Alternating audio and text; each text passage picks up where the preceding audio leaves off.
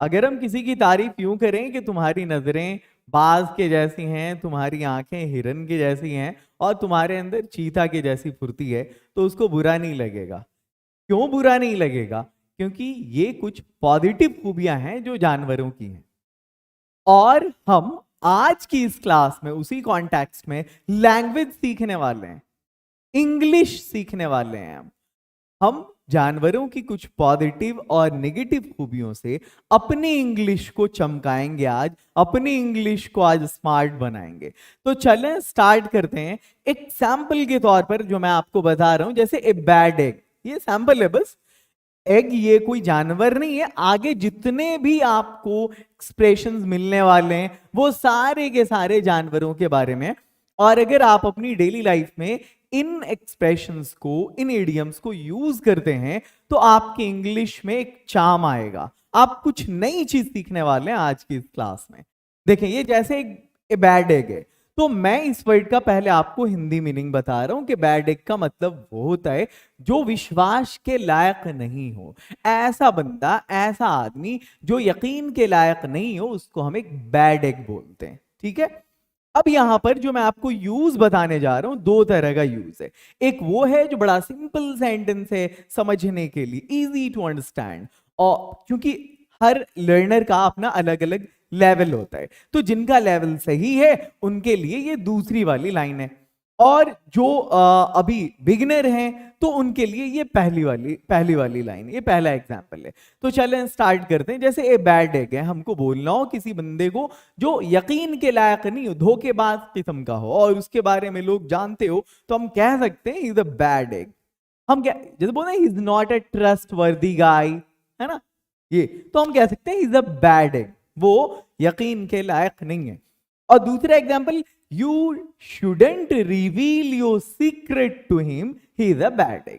मतलब तुम्हें अपना राज उसके सामने रिवील नहीं करना चाहिए, जाहिर नहीं करना चाहिए, खोलना नहीं चाहिए, क्योंकि वो एक बैड एग है, यानी वो यकीन के लायक बंदा नहीं है। ठीक है, वो तुम्हारे साथ विश्वासघात कर सकता है।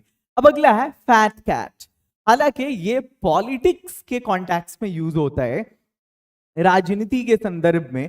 जो आदमी बड़ा धनवान हो यानी वेल्दी हो, जो आदमी बड़ा पावरफुल हो यानी शक्तिशाली हो, तो उसको हम बोलते हैं फैट कैट। फैट कैट का मतलब है अमीर और ताकतवर बंदा। Use he the fat cat, वो एक अमीर और ताकतवर बंदा है। और दूसरा, no fat cat cares about the problems of a common people. मतलब कोई भी ऐसा बंदा नहीं है फैट कैट जो आम लोगों की, जो उनकी परेशानियां हैं, प्रॉब्लम्स हैं, उसके बारे में सोचता हो या उसका ख्याल करता हो। ईगल आइज कहते हैं, अभी जो मैंने शुरू में कहा था ना कि उसकी नजरें बाज के जैसी हैं, बाज की नजर ना बड़ी तेज होती है। तो अगर कोई ऐसा बंदा हो जिसकी नजरें बहुत पैनी हो, बहुत तेज हो, बाज के जैसी हो, तो हम कहते हैं वो ईगल आइज हैं उसकी। Example, I don't have eagle eyes like you. भाई तुम देख लिए, मैं नहीं देख पाया, मेरे पास तुम्हारे जैसी नजरें नहीं है, तुम्हारे जैसी पैनी नजरें नहीं है। और क्या होता है, घर में जब बच्चे कोई बदमाशी कर रहे होते हैं, तो सारी एक्टिविटीज ना जनरली कुछ दादी माँ होती हैं, उनकी नजरें सब पे होती है, फैमिली में कौन क्या कर रहा है। तो उसी उसी उसी कॉन्टेक्स्ट में एक सेंटेंस आप देखें यहाँ पे, no one can escape in the family from the eagle eyes of grandma. मतलब दादी माँ की जो पैनी नजरें हैं ना, उनसे फैमिली में कोई नहीं बच सकता, उनको सब पता होता है। अगला है चिकन हार्टेड। हार्टेड मतलब चिकन के जैसा दिल हो जिसका, कायर, डरपोक, जो बड़ा कमजोर हो। फॉर एग्जाम्पल, इजिली, आसानी से समझने के लिए, ही इज अ चिकन हार्टेड हम ये भी कह सकते हैं। और ये भी, I am sure he will run away when he looks at you because he is a chicken hearted. मुझे यकीन है कि तुम्हें देखकर वो भाग निकलेगा, क्योंकि बड़ा डरपोक किस्म का बंदा है वो। वो शेक्सपियर का एक है ना, वो cowards die many times before their death. मतलब जो कायर होते हैं अपनी मौत से पहले 1000 बार मरते हैं, तो जो कायर है ना, डरपोक, वो वही चिकन हार्टेड कहते हैं उसको। आगे चलो, ब्लैक हॉर्स। ब्लैक हॉर्स हो या फिर डार्क हॉर्स हो या फिर हिडन पॉ हो, Whether it's black horse, it's dark horse, or it's hidden paw. HIDDEN, hidden PAW, paw, छुपा हुआ पंजा, या फिर डार्क हॉर्स हो या फिर ब्लैक हॉर्स हो, इसका मतलब होता है छुपा रुस्तम। मतलब वो बंदा, जैसे सपोज हम लोगों को पता ही नहीं था कि उसको तैरना आता है या नहीं, लेकिन बंदे ने ये स्विमिंग कंपटीशन में पार्टिसिपेट किया और फर्स्ट आया, क्या बोलते हैं भाई, तो छुपा रुस्तम निकला ये। Use nobody knew that she is a black horse, अरे किसी को पता नहीं था कि वो छुपा रुस्तम है। और अगला, हे मैन यू नेल्ड, अरे तुम तो एकदम कील गाड़ दिए, झंडा गाड़ दिए, तुम गर्दा उड़ा दिए। Today I got to know that you are a black horse, हमको तो आज पता चला तुम तो छुपा रुस्तम हो यार। आगे the next one is top dog. Top dog उसको कहते हैं जो कहीं का चीफ होता है, मुख्य होता है ना, प्रधान होता है, उसको बोलते हैं। कहीं जो ऑल इन ऑल हो या मेन पर्सन हो वहां का, like he is the top dog of this company. वो इस कंपनी का टॉप डॉग है, मतलब वो इस कंपनी का प्रमुख आदमी है, उसी से होकर सारी चीजें गुजरती हैं। या इस कंपनी में तुम्हें अपना कोई काम करा है ना, तो पहले उस बंदे से मिलना पड़ेगा, उससे मिल लो तुम्हारा काम हो जाएगा। ही is the top dog of this company, ठीक है। टुडे, अब ऐसा नहीं कि अपने बॉस को बोल देना I know you are a top dog फिर गर्दे उड़ जाएंगे अगला है, today he is the top dog here but behind this he had a long struggle. बहुत इजी सेंटेंसेस दिए मैंने ताकि आप इसको अपनी डेली लाइफ में यूज कर सकें। Today he is a top dog, आज वो एक टॉप डॉग है, प्रमुख आदमी है यहाँ, बट बिहाइंड दिस, लेकिन इसके पीछे, ही हैड अ लॉन्ग स्ट्रगल, उसने बड़ा लंबा संघर्ष किया है। The next one is white elephant, जो चीज बहुत खर्चीली हो, है ना, उसको हम बोलते हैं व्हाइट एलिफेंट को। जैसे my car is really a white elephant, मेरी जो कार है ना बहुत खर्चीली है, मेंटेनेंस बहुत हाई है इसका, है ना। या फिर this restaurant is a white elephant for common people, मतलब ये वाला जो रेस्टोरेंट है ना वो आम लोगों के लिए उनके बस की बात नहीं, क्योंकि ये बहुत खर्चीली जगह है, वहां बहुत पैसे लगते हैं जो कॉमन पीपल अफोर्ड नहीं कर सकते। नाइट बर्ड वैसे बंदे को बोलते हैं नाइट बर्ड, हालांकि रात की चिड़िया भी जो रात को जगती हो, है ना, और उससे अगर कोरिलेट करते हैं हम इंसान को, तो ऐसा बंदा जो रात को जागना ज्यादा पसंद करता हो, वो मतलब काम रात को ज्यादा करना पसंद करता हो। अब मान लिया काम करने को बैठे, ऑफिस का काम घंटे घंटे बैठे हैं, राइटर्स घंटे घंटे बैठे हैं, तो they are called night bird. He is not a night bird, वो रात को जगने वाला, रात को एक्टिव रहने वाला बंदा नहीं है, तो अपनी सफिशिएंट नींद चाहिए boss. He sleeps very late, he is a night bird, बहुत लेट सोता है वो, नाइट बर्ड बंदा है। अब चलो the next one is black sheep. हम जानते हैं एक ग्रुप में फला बंदा है जो बदनाम है, ब्लैक शीप, भेड़ों के बीच में काली भेड़, लाइक ये कि वो एक बैड नेम वाला पर्सन है। It's really shocking how he turn to be a black sheep, मतलब ये बड़ी हैरान कर देने वाली बात है कि वो कैसे, मतलब ऐसा धोखेबाज बदनाम किस्म का हो गया। रैट रेस, एक ऐसी रेस जो आज के अल्ट्रा मॉडर्न एज में बहुत कॉमन है।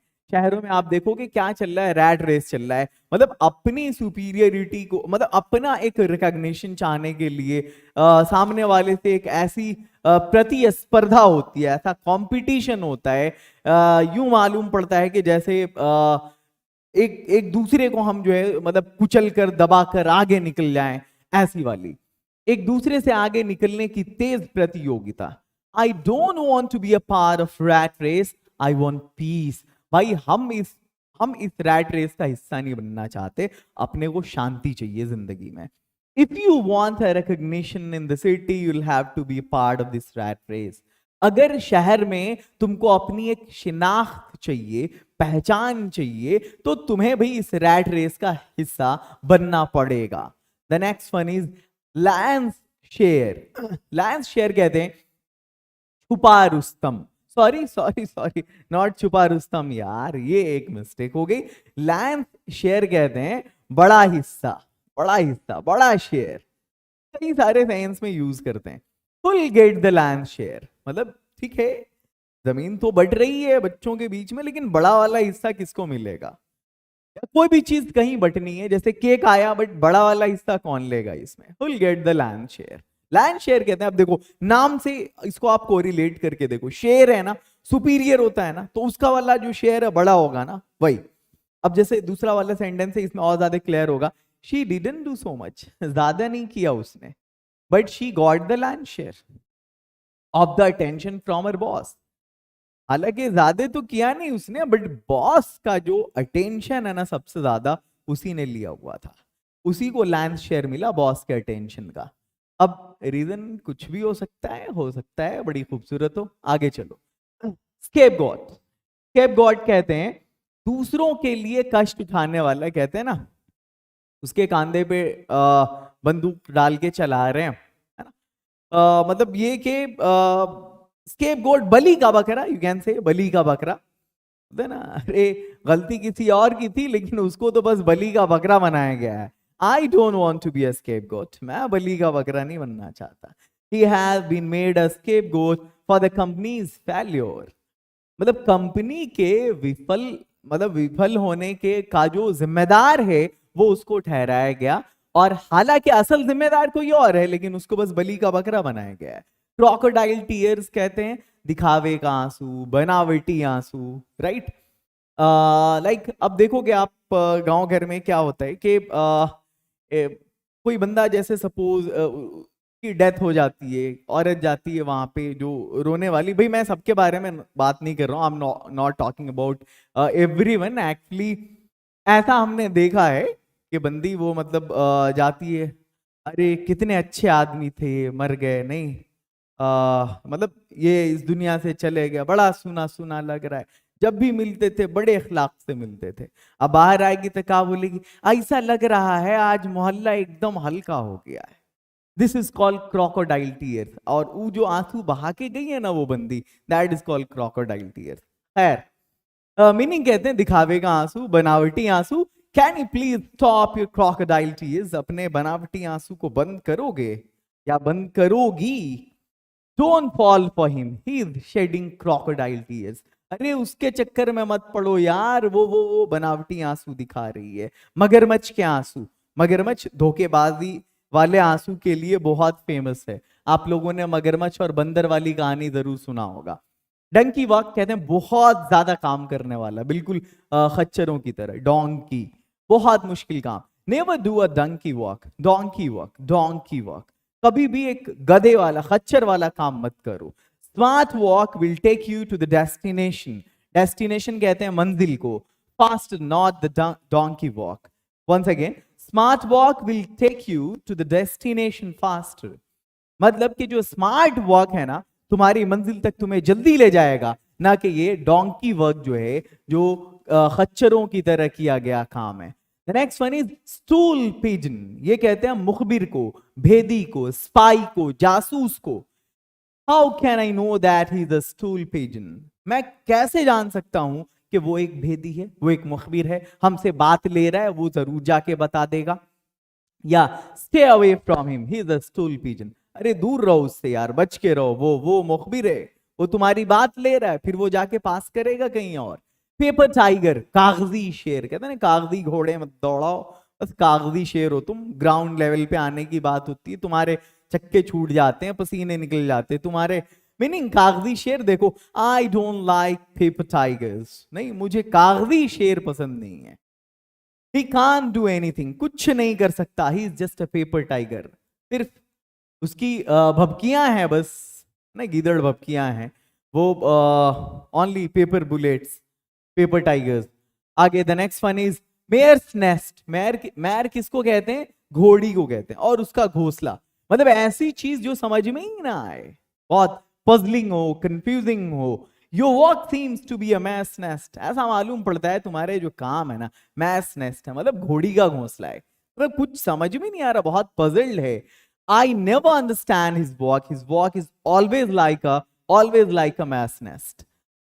मुझे उसका काम कभी समझ में ही नहीं आता, वो हमेशा मैस नेस्ट की तरह होता है। लेम डक, लेम डक कहते हैं, डक किसको बोलते हैं? बतख, मतलब लंगड़ा बतख, सुस्त आदमी, ढीला आदमी, ही इज अ लेम डक। वो एक बहुत सुस्त बंदा है, बहुत ढीला बंदा है। इस पोस्ट के लायक ही नहीं है वो, बावजूद उसके उसको घसीटा जा रहा है। वो एक लेम डक है, वो इसके लिए नहीं है, मतलब वो इस पोस्ट के लायक नहीं है, एबल नहीं है। You can expect much from a lame duck. तुम एक ढीले बंदे से, तुम एक सुस्त आदमी से ज्यादा उम्मीद भी नहीं रख सकते। हॉबी हॉर्स उसको बोलते हैं जो किसी का फेवरेट सब्जेक्ट होता है। Like English is my hobby horse, English मेरा फेवरेट सब्जेक्ट है। किसी का पॉलिटिक्स बड़ा पसंदीदा मौजू होता है, politics is my hobby horse. कुछ ऐसे बंदे हैं, अगर उनसे टैक्सेस की बात करो, इकोनॉमिक्स की बात करो, ये स्पोर्ट्स की बात करो, तो घंटों घंटों बोलेंगे, तुम्हें मौका ही नहीं देंगे। तो वो उनका हॉबी हॉर्स हुआ। What is your hobby horse? आपका पसंदीदा विषय क्या है? John is always mad for cricket. Cricket is his hobby horse. हमेशा वो क्रिकेट के लिए पागल रहता है, क्रिकेट उसका पसंदीदा विषय है। डॉग्स डिनर मतलब बिखरा हुआ, वो चीज जो शैटर्ड हो, बिखरी हो, बेतरतीब हो। He has dressed up like a dog's dinner. जैसे डॉग्स का डिनर होता है ना, कुत्तों का डिनर कैसा होता है, कैसे खाते हैं बिखेर बिखेर के, ऐसा लगता है उसने ऐसा ड्रेस पहन लिया है। लाइक वो उर्फी जावेद सुना होगा आजकल तुमने, the whole place is looking like a dog's dinner. ये जो पूरी जगह है ना, ये डॉग्स डिनर की तरह मालूम पड़ रही है। आगे चलो, the next one is, and this is the last one, not the next one. Thank you very much for watching this wonderful video. मैं उम्मीद करता हूं कि आप सभी इसको अपनी डेली लाइफ में जरूर यूज करेंगे। वेट करें अगली वीडियो के लिए, बहुत सारा प्यार आपका मिल रहा है मुझे। कोशिश कर रहा हूं अब थोड़ी छोटी भी वीडियोस बनाई जाएं, जो टॉपिक से मतलब जो स्पीकिंग और ग्रामर के जो टॉपिक्स होते हैं ना स्पेशल, उनसे थोड़ा सा हट करो, जहां कुछ डिफरेंट आपको सीखने का मिले। Love you a lot. और हाँ, अगर आप सिस्टमैटिक वे में एक स्ट्रक्चर्ड पैटर्न के तहत इंग्लिश की क्लास करना चाहते हैं बोलने की, तो डायमंड इंग्लिश स्पीकिंग कोर्स है हमारा, उससे जरूर जुड़ें, जहां आपको ओनली 500 में 4 महीने का रिकॉर्डेड क्लास और 1 महीने का लाइव क्लास भी मिलने वाला है। Have a great day.